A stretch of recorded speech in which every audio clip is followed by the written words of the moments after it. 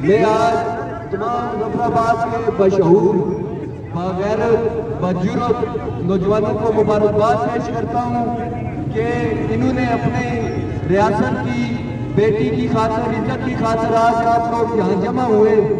زیادہ لمبی بات نہیں کروں گا, مختصر سی یہ بات ہے کہ جو آج چنار پبلک موومنٹ کے نوجوانوں نے آج اس جنسی سکینڈل پہ آج ادھر احتجاج رکھا ہے,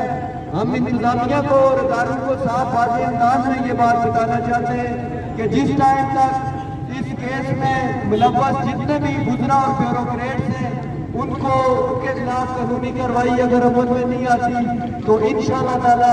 ہم اپنا لائحہ عمل اس کے بعد بھی دیں گے. اور اس کے بعد جو ہمارا متفقہ مطالبہ ہے کہ آئی جی آفس میں جنسی ہراساں شکایات سیل کا قیام عمل میں لایا جائے, اور اس کے بعد جو S H O civil secretariat ہے اس کو پرانی پوزیشن پہ بحال کیا جائے, اور اسی کے ساتھ ساتھ جو جنسی سکینڈل میں جو حکومت کی طرف سے کمیٹی بنی ہے اس کمیٹی میں اس کو شامل کیا جائے. اور اس کے علاوہ جو مظفرآباد کے اندر رات کو سی پی ایم کے نوجوانوں نے وہ ایک نامعلوم بچہ ہے, ایک اس کی وہاں سے جو اس کے جو ملزمان ہیں اس کا ڈی این اے کرا کے اس کو جو اس کے ملزمان کو سامنے لایا جائے. اور جو ذہنی مزدور ہماری بہن ہے اس کے ساتھ جو ہوا اس کا کوئی یہ حال نہیں ہے کہ آپ گرفتار کریں ایسے دریندوں کو, سریعام چوک میں لا کر ان کو ایسے دریندوں کو پھانسی دینی چاہیے. ہمیں کسی احتجاج کا شوق نہیں تھا, آج ہمیں اس ریاست نے یہاں پہ کھڑا کرنے پہ مجبور کیا ہے. وہ یہ ایسی ریاست ہے کہ جس ریاست کے اپنے افیسر نے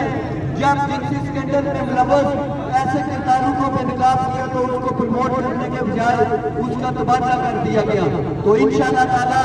اگلا جو لائحہ عمل ہوگا اگر یہ سارے مطالبات حل نہیں کیے جاتے تو اگلا لائحہ عمل انشاءاللہ تعالی اس سے بڑی اور سخت ترین کال ہوگی.